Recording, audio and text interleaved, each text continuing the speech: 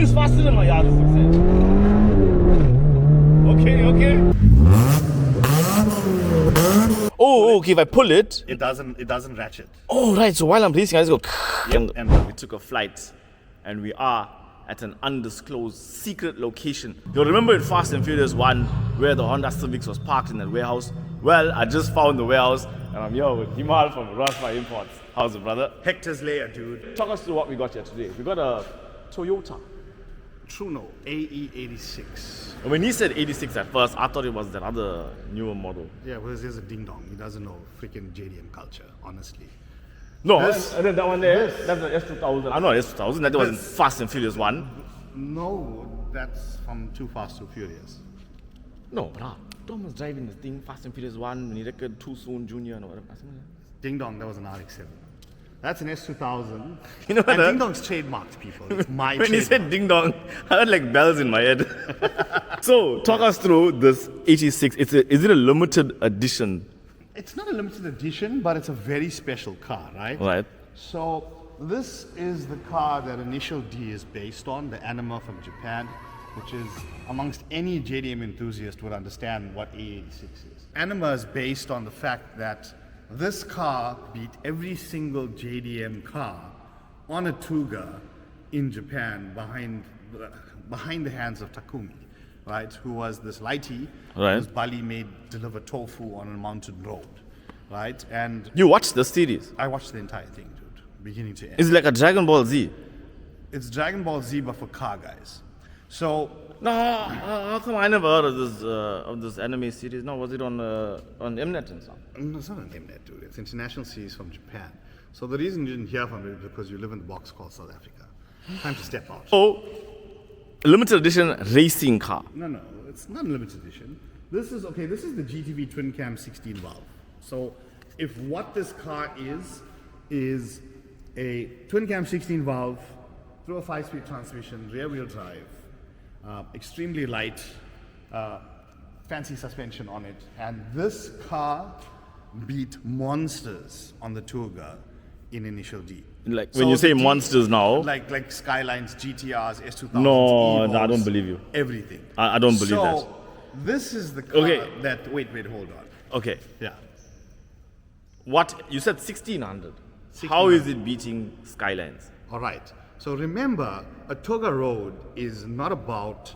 There are small stretches where you get speed, right? But a Toga road is a series of tons and tons of little S bends and switchbacks and things like that.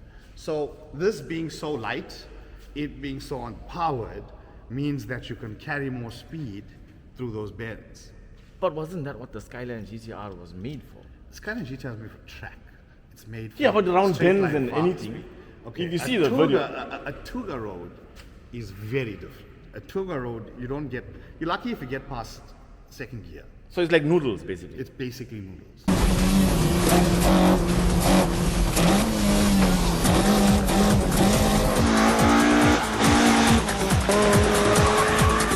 There's not a lot of 86s in the country. Okay. You know. You mean I just drove 1 or 3 or 4 in the country? Yes. Okay. So this has gone up exponentially in value over the last couple of years. You know, they used to be fairly cheap back in the day, but given its status, its history, and when you drive this car, I was fortunate enough to drive a Panda replica around Hokono Skyline again, in those mountain switchback roads with the GTR in front of me and a 350Z. Now what you say, when you say Panda replica now, in my mind I'm thinking it's a car like this here, it's painted in like a Panda kind of. Yeah, so I'm right. So the initial D car was the white top, striped out black bottom, with Fujiwara tofu shop on the door in Japanese writing. All right. So that is the car with Watanabes, which are these rims, stepped Watanabe rims. Watanabe rims. Yeah. Okay. You know, It sounds like you spend a lot of time in Japan. No? You even can pronounce the words like 100%. If you're watching and you're from Japan, you need to rate this man's Japanese pronunciations. one of the reasons that this car can compete with such a big power car on the Toga road is, number one, a Skyline is rear biased. On those tight U-pin bends, if you give it too much power, the car will step, right? This being rear wheel drive with a limited slip diff, and the power it makes, I could hold my foot flat before the apex and carry through the bend, all right? As opposed to the GTR had to come through the bend and then come onto the power to exit, right? My feelings are getting hurt right now as he's saying these things, because you're literally saying this thing is better than the GTR in certain places. In the some new places, there's a reason. Okay, the Drift King of Japan, that Japanese dude, I don't know his name. What is driving? This was the car. Oh, this is the car. Okay, all right. Okay. This is the car that the Initial D is a true life story based on his life. Okay. So that's what Initial D is, and this was the car. And even till today, you see him drifting in 86. So it's like the Gran Turismo movie that we watched. Yeah, but except in real life. No, that was based on a real life story. Okay, yeah, but I mean like based on him now. Yeah. On driving this car instead of a GTR. Yeah, this car is a 1985, right? And when we present this car to you, the condition of the car, only Rospa Imports can find. Okay, there we go. That sound is different. Another Yeah. thing to know, any cool 80s car has to have pop-up lights. Oh yes. Okay, cool. I didn't even notice that there. Pop-up lights. Wow, man, that looks so retro and so cool. 80s cool, bro. Damn, and it's so silent. It's like no issues, not even squeaking when it opens. Yeah, that's quality, brother. And there Wow. lies Clean. the famous twin cam 16 valve 4.8 GE masterpiece. I mean, there are race cars today running 1,500, 2,000 horsepower through these motors. It's amazing feat that they do, but these cars are. 2,000 horsepower from a 1600. Yep. That sounds like Formula One times 2. Yep. Okay. Insane. Okay, all right. So Like Dupi Duplessis, one of his cars run a 2,000 horsepower twin cam. who's this guy? He's a big time drag racer in SA. He runs, I think, 7s or low 6s or 7s or something like that on the quarter mile. Okay, all Full right. blown race car, but yes. Now, is as this you car can see- standard or does it have any modifications It's to mild increase? one, so it's got a branch free flow exhaust, Okay. a cone filter, coilover suspension. That's about it. Nothing else. And obviously, the difference being in our twin cam 16 valve Toyota Corollas, the engine would be turned that way because it's front wheel drive. Yeah. So this is rear wheel drive bias. Awesome. So this is the car you imported when? Well, this car has been in the country a year, 2 years now. And this is why you should contact Rospa Imports, because it's only about quality. All right, as you can see, typical of the 80s, this beautiful velour. Velour. Oh. That came Wait, before hold 80s on, car. yeah, hold but on. I mean, obviously, Right. if you skip to the headrest, it has like those really cool headrests that go up and down in the cone. It's supposed to be Yeah. this Ricardo sports seats from the time, which is Okay. So this is it's like leather but suede but not but either. It's velour. All right. Nice Okay. Period correct Nadi steering wheel. No indicators this thing got. It does ding dong. Oh, TikTok ding dong. there we go. Listen, yeah, people start calling me ding dong now. Listen, yeah, don't do that to me. Right? I'm learning these things. Okay, so it's only got indicators as a thing over here on the side. Yeah. Your lights are up here. All right. Your wipers are that other toggle switch on the other side. Hey, this is how different now. How are we gonna drive this thing? It's got Missing AC. over here and everything. It's got aircon. Which works. Okay. Right. And obviously 5-speed manual transmission with a period correct Sony mini disc player. Okay. Why this thing is looking like a So- cylinder thing over here? So that's actually a little trick thing that For drifting. for drifting. It locks you can lock it. Now see Oh, okay. If I pull it. it doesn't ratchet. Oh, right. So while I'm racing, I just go. And down. And then to lock it, lift it up and push that lever forward. There you go. Oh, that's why I was battling with it earlier. It's a drift hand. I thought it was faulty. No, it won't. You're the faulty one. But I'm the faulty one, right? And then I love this key. You know, It's like a screwdriver. it's a screw you. I mean, a screwdriver, you know what I mean? Okay, what's this thing here? It's a shift light. I think It's like in Need for Speed Underground Yes. when we were doing need to change. the perfect shift. Basically, it tells you when to shift. I'll never test that, man. And let's now focus on the startup, dude. Like, Okay. perfect. Toyota starter on the turn. Wow, from 1986. What is this now? Is that an aircon? It's a vent, yes. Hey, you can see and cool your legs. You see? When you're drifting and driving like a ding-dong, it's to cool your nether regions. Your nether regions. Yeah. There's going to be a lot of clenching when you're wait. sideways. Oh, I have to test the aircon now. Wait. Right, it's working. Now we have to test. Give it a go. Okay, but I want to hear it from outside, but we'll try it from inside first. That's the shift line. Oh! What it goes at? 5,000. Let's check.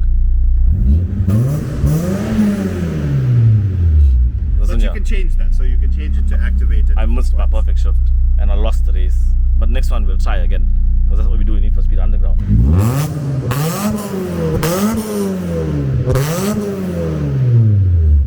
Right, guys. You know we're going to have a sound competition, right? Because we have another car parked next to it. So you guys are going to have to rate which car sounded better. Don't you remember these? Maybe. Champion Series Pioneers, dude. No, I remember the Pioneer Champion Five-way, Series. 6x9. 12-inch. I don't. Yeah, okay, maybe I do remember. Yeah. I remember this Champion Series thing over here. Yeah, But I never focused so much on the 6x9s back in the days.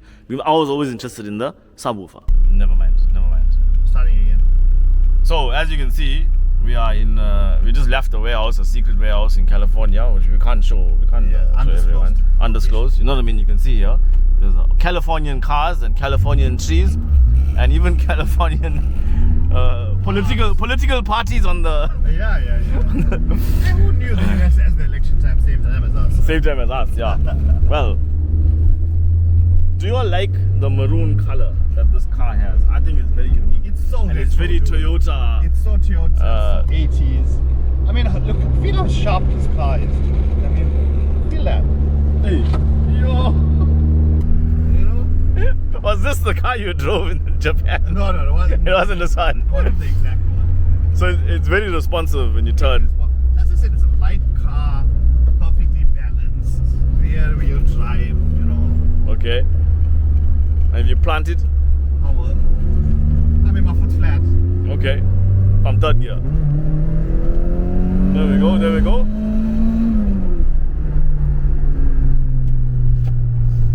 Yeah, so it's, Right, so this is fun, basically. it's a fun It car. takes you back down memory lane. You know, it's not about, like, obviously today's cars. Your Yaris will probably beat this, but I mean. Yaris will beat this. Okay, no. Oh, yes. Maybe not. Hey, don't there is a move? No, maybe listen, not. yeah. I changed my clutch kit. Oh, yeah, baby, with the new Right? clutch kit. I'm feeling more power right now. Oh. So I'm pretty sure I can take this. You know, as I said, Should we have a drag race?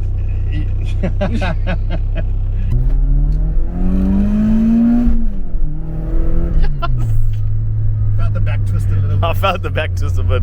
Let's give OG a short drive and let's see what he does, what he thinks of it. Right. Sir Ding Dong's first This drive. thing is faster than my Yaris 6. Okay. Check here. This thing got 5 points on takeoff. Okay, this thing is faster than my Yaris, guys. Right. 1980s. Let's see the steering wheel. Solid. I'm getting vibrations on my Yaris. Perfect shift. You saw that? Yeah. That was a perfect shift. It was I'm definitely. living. This car was a Need for Speed Underground 1, Yes, Yes. probably was. and maybe even 2 as well. Possibly.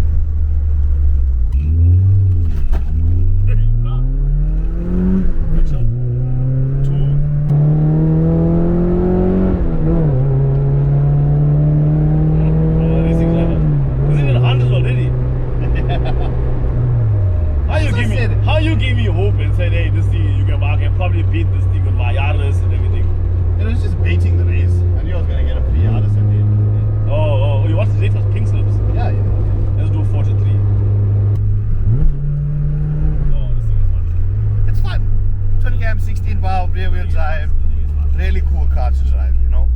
As I said, guys, you know, the 86 by no means is it like fast by today's standards, but it's about the chassis, the lightness, the drive, the experience, and also nostalgia, dude. Nostalgia plays a big part in what we do, because today's cars are so, can I say, lifeless. You know, they do everything for you. You're not the one driving them, they're the ones driving you. This is old school mechanical, surreal driving experience. Wouldn't you agree? No, I do agree. It feels like when we were growing up. It feels exactly that. And we live for nostalgia, to be honest with you. Exactly. The way the world is going, we're always looking back to the 80s and the 90s to bring us some good memories. You know, I don't remember seeing this when I was growing up. No, this was never brought to South Africa dude, back then. You know? But I mean, like other Toyotas, it has like a familiarity. You know what I mean? Yeah, there is a familiarity to it. Definitely. Definitely. So wow, that's a really cool car. So I gave it 7 points in terms of collectors. Collectors, that's what it is. Definitely like, a collector's 7 out of 10 for being collecting. Being a collector's car. A collector's car. Definitely something any Toyota enthusiast should have in their garage. I would definitely strongly recommend the Toyota AE86. So, talk to me about the process on importing a car like this or any other car that you bring into the country. Well, funny enough, this has quite an interesting story. I found this car on one of my trips to Japan. Okay. And I was walking through the auctions and I stumbled across this beauty and I presented it to the client, who said, you know what, let's give it a bid. We bid on it and we actually won the bid while we were there in Japan. But in terms of process from importing from us is, you know, a client will come to us and say, listen, this is what they're looking for. We then get in contact with our network of people across the country or the world or wherever it is, and find the cars. And when we find the car, we present it, we inspect it. Even if it means us physically flying over to inspect the vehicle, we do that for especially high-end cars. And then if we're happy with everything, we do a deal and import the car and bring it to SA. What are some of the high-end cars that you mentioned? Listen, we've brought in so many different cars to South Africa, from Skyline 34s to like special edition 34s to Supras to classic BMWs, you know, Alpinas, you know. We've brought in so many cars over the years, but it's so hard to say. Okay, so all these cars, but you'll have like a history of the car and its service history or any other history, owner history, everything. Yeah, so one of the critical things we look at and we prefer to buy is fully documented, high-grade, high-quality cars that come with service history that we will then go and actually study the service history, verify that it's legitimate. It's a critical process when we procuring a car or choosing a car. Is a car that's documented and that's been taken care of. It's always the better investment to buy than sort of the project fix me uppers. I mean, we've brought in so many cars over the years. I've done the exercise myself where you can either buy a cheap car, bring it here and try to do it up, or you can buy a good car on the outset. You know, the savings are marginal, but the time it actually takes to get the car back up to scratch, you know, it takes 1 or 2 years sometimes. You know, of effort and searching and buying, and it's a lot of effort. Whereas if you come out, you find the right car, buy the right car, you bring it here, you maintain it, and you get to enjoy it and drive it. Okay. How long does it take? You know, generally, like with this, it was fairly quick because I was there, we found the car, and we could have shipped it, you know. So this was here in not even, I think, 2 months. It was in the country already. That quick? That quick. But I mean, that so the clients get their dream pretty almost instant. Sometimes, it's a case of when we depends. found the car already, or if we're marketing a vehicle we've seen from one of our reputable suppliers and we're marketing something, those processes are generally quicker. 3 to 4 months, your car's here. But in the case where a client comes to us and he's looking for something like a 34, you know, and we haven't particularly found exact one, so we start bidding on cars. That process, the bidding and finding and securing a car, that can take anywhere to 3 to 4 months itself before shipping. But it all depends on the client's needs and what they want. You know, some people want a particular color, particular rim, particular style of car. You know, the more detailed the spec, obviously, the longer it will take to find it. There has been instances where we're able to find those cars very quickly, but there are times where we have to search to find the right car for the right client. So, do clients ever ask for cars that are not for sale, like collector's edition cars that, you know, people have but they don't want to sell it, but someone wants to buy it and they want to bid for it and they want it? And listen, we're always looking for rare cars. Okay, all right. So you've been in a situation before where you're like, hey, dude, this Lambo is... you know, the guy doesn't want to sell it, it's a one-off or whatever. Yeah, but you negotiate. Everybody has a price. Everybody has a price. Yeah. There we go. Okay. Awesome. So yeah, that's, you know, in essence, it's also a process where you get to engage with us and you get to engage with what the market is doing. So we're very transparent in sharing information and translations and selling prices of the cars. So the client itself gets to gauge exactly where his value for money lies. Right. Okay, awesome. Now, I have to talk about this.